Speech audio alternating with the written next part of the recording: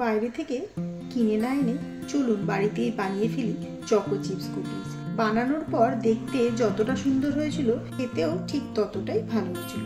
আর এই কুকিজটা বানানো খুব সহজ। তবে চলুন দেখে নেওয়া যাক আজকে কুকিজের রেসিপিটা। প্রথমেই এখানে নিয়ে নিয়েছি ছোট কাপের 1 কাপ মতো বাটার আর দিয়ে দিচ্ছি বেশ খানিকটা গুঁড়ো চিনি। এবারে বাটার আর চিনিটাকে বেশ ভালোভাবেই একটা হুইস্কারের মাধ্যমে ফেটিয়ে একসাথে মিশিয়ে নেব।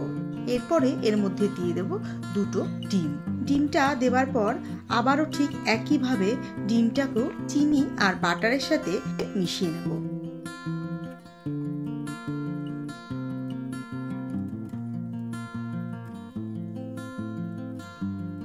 এবারে দিয়ে দেব ছোট চামচের 2 চামচ মতো ভ্যানিলা এসেন্স। এখানে 1 চামচটা দেখাতে পেরেছি, ক্যামেরা অফ থাকার কারণে আরেক চামচ দেখাতে পারিনি। আবারও সবকিছুকে বেশ ভালোভাবে মিশিয়ে নেব খানিকক্ষণের জন্য। মিশ্রণটা বেশ ভালোভাবে মেশানো হয়ে গেলে পাশে রেখে দিয়ে এবার আরেকটা খালি বাটি নিয়ে নিয়েছি আর তার মধ্যে নিয়ে নিলাম একটা ছাঁকনি। আর এর মধ্যে দিয়ে দেব ছোট কাপের 2 কাপ মতো ময়দা। ময়দাটা আগেই কাপের মেপে বাটিতে আলাদা করে রেখে দিয়েছিলাম। ছোট চামচের 1 চামচ বেকিং সোডা, হাফ চামচ মতো দিয়ে দেব বেকিং পাউডার আর দিয়ে দেব ছোট চামচের 4 চামচ মতো কোকো পাউডার। এবার সবকিছুকে আবারও একসাথে মিশিয়ে নিয়ে চালনিতে বেশ ভালোভাবে ছেঁকে নেব। ছেঁকে নিলে এয়ার সার্কুলেশনটা বেশ ভালো হয় আর কোনো কিছু লাম্পস থাকলে সেটাও বেরিয়ে আসবে।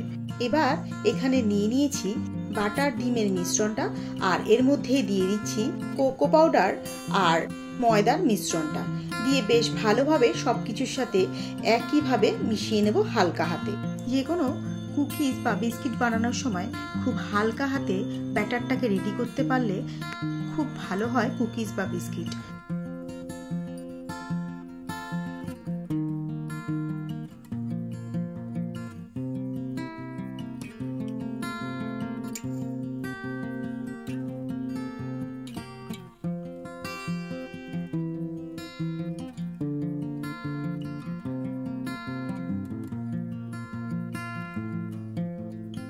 মিশ্রণটা বেশ ভালোভাবে মেশানো হয়ে গেছে। এবার এর মধ্যে দিয়ে দেব বেশ খানিকটা চকো চিপস। আবারও বেশ ভালোভাবে একসাথে সবকিছুকে মিশিয়ে নেব।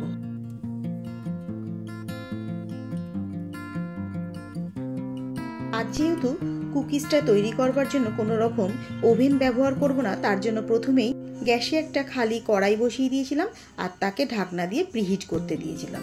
এইবার আমার কাছে এরকম একটা ননস্টিক থালা ছিল, তার মধ্যে একে একে কুকিজগুলোকে রেডি করে সাজিয়ে নেব। আপনাদের কাছে যদি এই রকম ননস্টিক কোনো থালা না থাকে তাহলে নর্মাল থালার মধ্যে বাটার মেখে নিয়ে তারপর একে একে কুকিজগুলো দিয়ে এইরকমভাবে একইভাবে রেডি করে নিয়ে তারপর কড়াইয়ের মধ্যে দিয়ে দেবো। কুকিজগুলো সাজানো হয়ে গেলে ওপর থেকে দিয়ে দিচ্ছি আবারও বেশ খানিকটা চকো চিপস। আর কুকিজগুলো দেওয়ার সময় একটু দূরত্ব মেনটেন করে দেব, না হলে কুকিজগুলো যখন গরমে দেব তখন বড় হয়ে গিয়ে একটার সাথে একটা লেগে ধরতে পারে। এবারে ঢাকাটা খুলে স্টিমে বসাবো। এই কুকিজগুলো বানানোর জন্য মোট টাইম লেগেছে 24 থেকে 25 মিনিট। মাঝখানে 12 মিনিটে একবার তুলে দেখে নিয়েছিলাম কীরকম হয়েছে, তারপর আবার ঢাকা দিয়ে বাদ বাকিটা স্টিম করে নিয়েছি। পুরো প্রসেসটা হয়ে যাওয়ার পর নামিয়ে নিয়ে ঠান্ডা করে তারপর কুকিজগুলোকে তুলবো। কত সুন্দরভাবে তৈরি হয়ে গেছে আজকে আমাদের চকো চিপস কুকিজ। কুকিজগুলো তৈরি হয়ে যাওয়ার পর নিচটা হয়েছে ক্রাঞ্চি টাইপের আর উপরটা হয়েছে বেশ নরম আর খেতেও হয়েছিল দুর্দান্ত। আপনাদের কাছে কিরকম লাগলো জানাতে ভুলবেন না। যদি ভালো লেগে থাকে বাড়িতে একবার ট্রাই করেও দেখতে পারেন। আজ তবে এই পর্যন্তই। সবাই ভালো থাকবেন, সুস্থ থাকবেন।